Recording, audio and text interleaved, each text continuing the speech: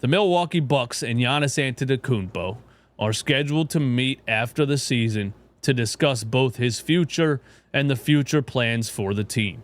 So everybody kind of knows with Giannis Antetokounmpo. How old is Giannis Antetokounmpo? 30 years old. In his prime right now, probably for at least the next 3 to 4 years. Assuming that NBA players start to decline at 34, which they mostly do. It's just that Daryl Morey doesn't know that. But anyway, 30-year-old Giannis, it's obviously in his best interest to move on. The Bucks have nothing. They have no future. They have no real way to rebuild around Giannis to try to get him and themselves back into the NBA Finals. Obviously, he's an intense competitor who wants to win at the highest level while he still can. If he's looking at it like I might have 5 years of the best basketball of my life left, I want to be back in the NBA Finals within those 5 years. I'm not going out like this. It's in Giannis' best interest to leave Milwaukee, which is why, and everybody knows it, this is not even a question, which is why they're scheduled to meet to discuss both his future and the future plans for the team. It's going to be, the Milwaukee Bucks know that Giannis is probably going to move on, and they know that it's in their best interest. It's not going to be one of those situations where a player requests a trade and they refuse to trade him like Portland and Dame or somebody like that. It's going to be, you know, you did so much for this city. You did so much for this franchise. I mean, the city of Milwaukee, if you think about the economics of a player like Giannis being in a small market like that and just local restaurants and bars and everywhere, how everything economically is better with a player like Giannis being on the Bucks. It's incredible when you really think about it. So the city and the team is going to honor Giannis Antetokounmpo with whatever he wants, and it's in their best interest to be able to rebuild for the future. To right now at 30 years old, try to get back as much as they can for Giannis Antetokounmpo, which is what the 76ers should have done with Joel Embiid. But they hold on to players too long.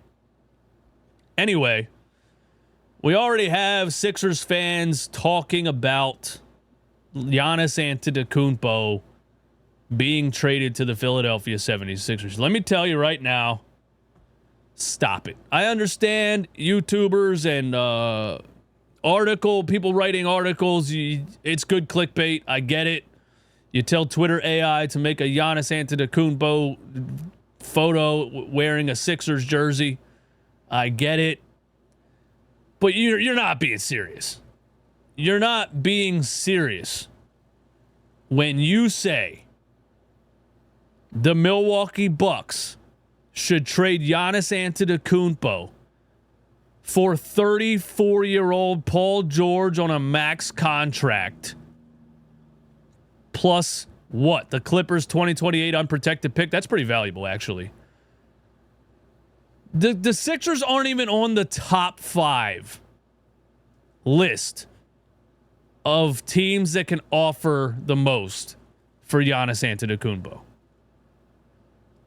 I think the Celtics can probably offer more.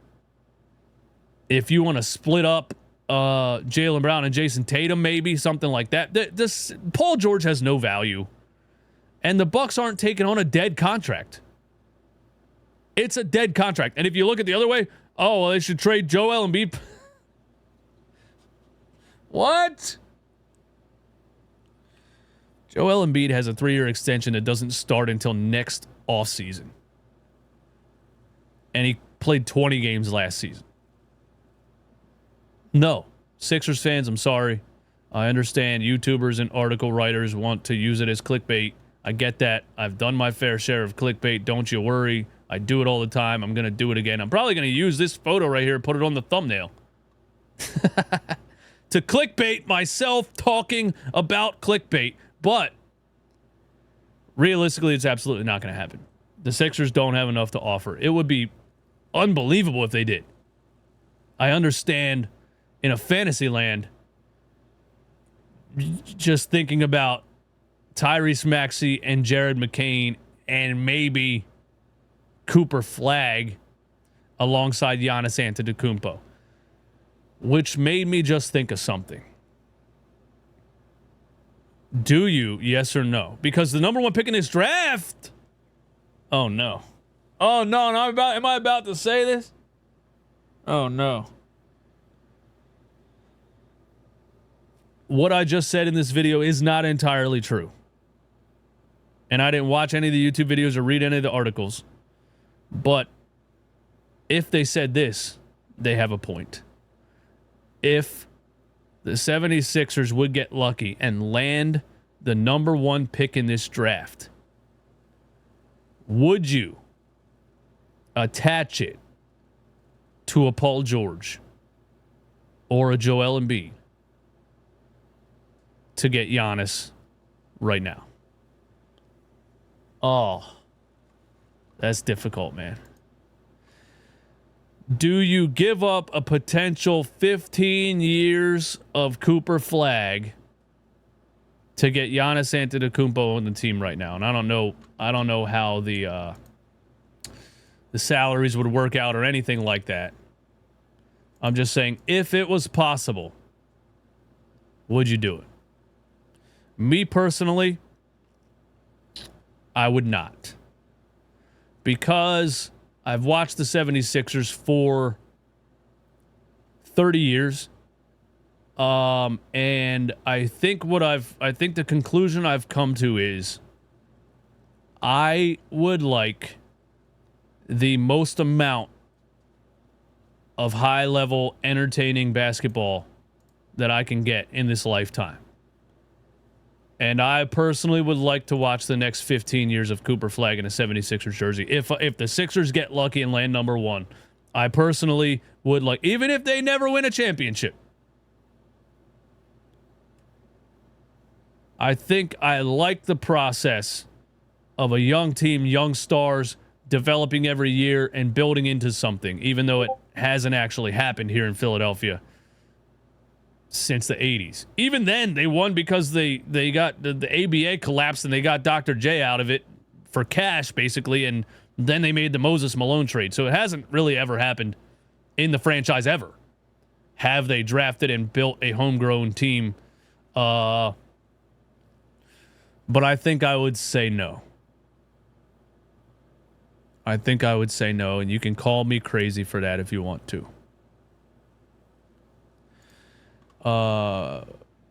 If you get Star, Murray, Nuggets are in an elite team, would the Bucks take Paul George? No, absolutely not. For the number one pick in the draft, though, if the Milwaukee Bucks want to rebuild right now, they do everything they can to get Cooper Flag. So if the Wizards get the pick, if the Hornets get the pick, this is going to be interesting, man. It's going to be interesting because not very often would you trade the number one pick in the draft. Not very often would you trade the number one pick. This is going to be something rare that I don't think is really ever seen. I would have to research how many times is a number one pick in the draft. Let's fucking Google it, dude.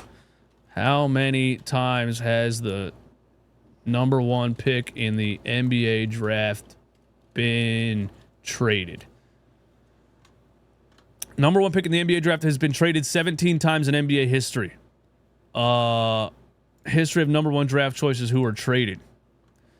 But does that count? Like, there's teams that have traded down to 3 and stuff like that. But how many times has a number one pick, been traded for a player?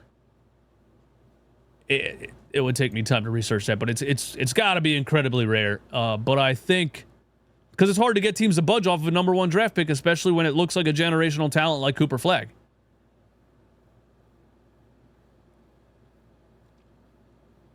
But if it's 30-year-old Giannis Antetokounmpo,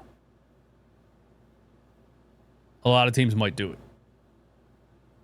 Because your hope, right, drafting Cooper Flag is that he one day could be as good as Giannis Antetokounmpo. So you're fast forwarding. As a business owner, you're fast forwarding 5 years and putting your team into automatic playoff contention.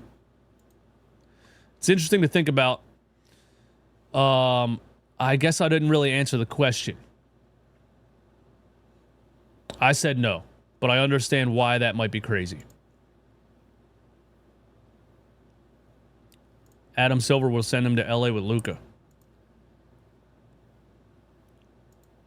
Wasting time with your imagination. Well, I'm not really wasting time. I'm creating content for YouTube that gets me views and makes me money.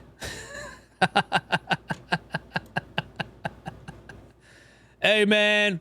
Once again, thanks for tuning in. You guys are the best. This is NBA. What did I call this, bro? I just called this something. Daily NBA talk with DJ Eastwood. I think even during the season, of course, nothing's going to change. I'm still going to do the Sixers content. I'm still going to do the 76ers postgame live. I'm still going to cover the 76ers all the time.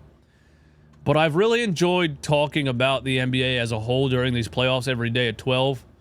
And so I think this show will remain every day at 12. I will talk about kind of anything around the NBA that I'm interested in and that I think is entertaining. And which obviously, like Giannis to the Sixers type of talk, will still include 76ers talk. But I think I'm going to keep doing this, man. I'm having a lot of fun with it. I'm not trading number 1 or even number 3 for Giannis. He's 30, doesn't have consistent jumper to age gracefully. We got a new arena coming in 4 to 5 years. Hard pass. Not even trading number 3 for Giannis? He doesn't. Well, you're not trading for Giannis for the future. You're not trading for Giannis for when he's 35. You're trading for Giannis to try to win right now. Everybody knows he doesn't have a consistent jumper to age gracefully. Nobody thinks Giannis Antetokounmpo is going to be doing this when he's 37. You would be trading for a championship window in the next 3 years. I agree. I wouldn't trade Cooper Flagg for him. I don't know if I would trade Dylan Harper for him. Dylan Harper, by the way, the more and more I watch Cade Cunningham, go back to Dylan Harper's tape on YouTube. A lot of Cade Cunningham and Dylan Harper. Pause. Number 3, though, I'm trading number 3 for Giannis. I think I'm doing that. But yeah, that's all I got, man. You're losing credibility believing that Giannis... I didn't fucking say that Giannis wants to go to Philly. I presented a hypothesis and gave my freaking opinion on it, bro. What is it that some of you people don't understand about podcasting and content? See, here's the thing. Driving and delivering. You seem to think that if you disagree with something I say, that I am losing credibility and my product is going to dwindle away. Do you understand how narcissistic it is to think that your single opinion in a sea of 500,000 views a month matters? Do you understand how narcissistic it is to think that your single opinion in a sea of 500,000 views a month matters? You think that you thinking I'm losing credibility means that I'm losing credibility? Like, you know what I'm saying, bro? Come on, man. Here's how to operate in the world. I'm going to tell you before I get out of here. Driving and delivery. I'm going to tell you. Here's how to operate in the world.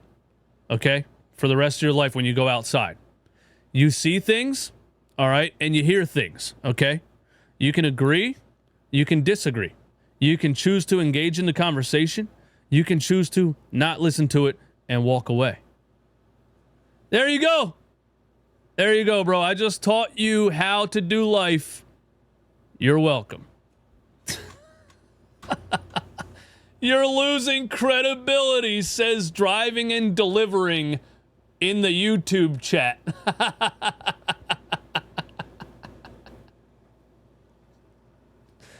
Holy shit. Thank you for that, man. That was